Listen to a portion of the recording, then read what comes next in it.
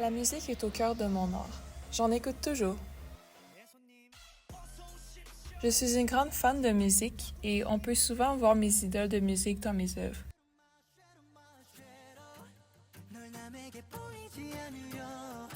Ceci est directement lié à un album que j'aime beaucoup. J'aime explorer la matière et j'essaie de toucher un peu à tout. Pour le dessin, j'utilise souvent le graphite, mais il m'arrive de prendre des crayons de couleur. J'ai une approche basée sur la technique.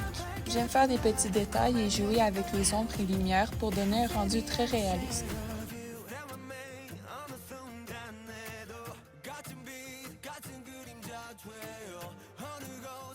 Pour mon ESP, j'ai voulu présenter deux créatures fantastiques, toujours avec un rendu réaliste.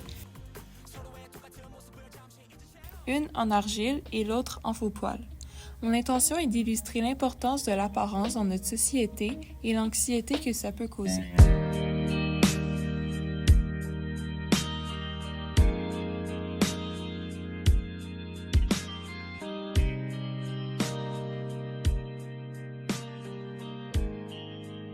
J'aime aussi la peinture, surtout l'acrylique.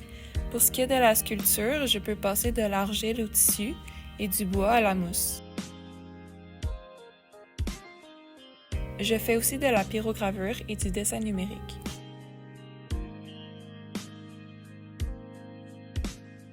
Je m'inspire souvent du monde fantastique et inatteignable, puisque pour moi, l'art est une façon d'amener ce monde plus près de moi. Alors, je m'inspire souvent des jeux vidéo et des films.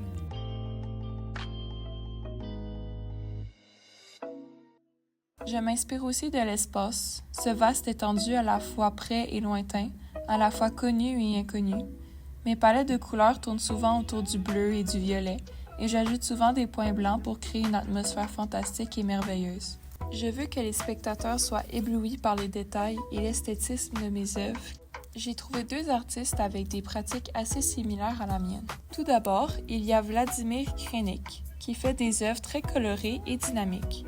Même si elles sont abstraites, ces œuvres semblent pourtant illustrer un monde inconnu et esthétique qui attire l'œil. J'ai aussi l'impression qu'on peut toujours constater une certaine similitude entre ces paysages et l'espace. L'autre artiste est Alexandra Bokova. Celle-ci crée des personnages et des décors tout droit sortis de la pop culture et son imaginaire. Ses couleurs vives et le rendu presque 3D attirent l'œil qui est rapidement submergé par un paysage détaillé. Mon art est donc pour moi une façon de me rapprocher du monde impossible et poétique. Accompagné de ma musique, mon univers devient plus qu'imaginaire.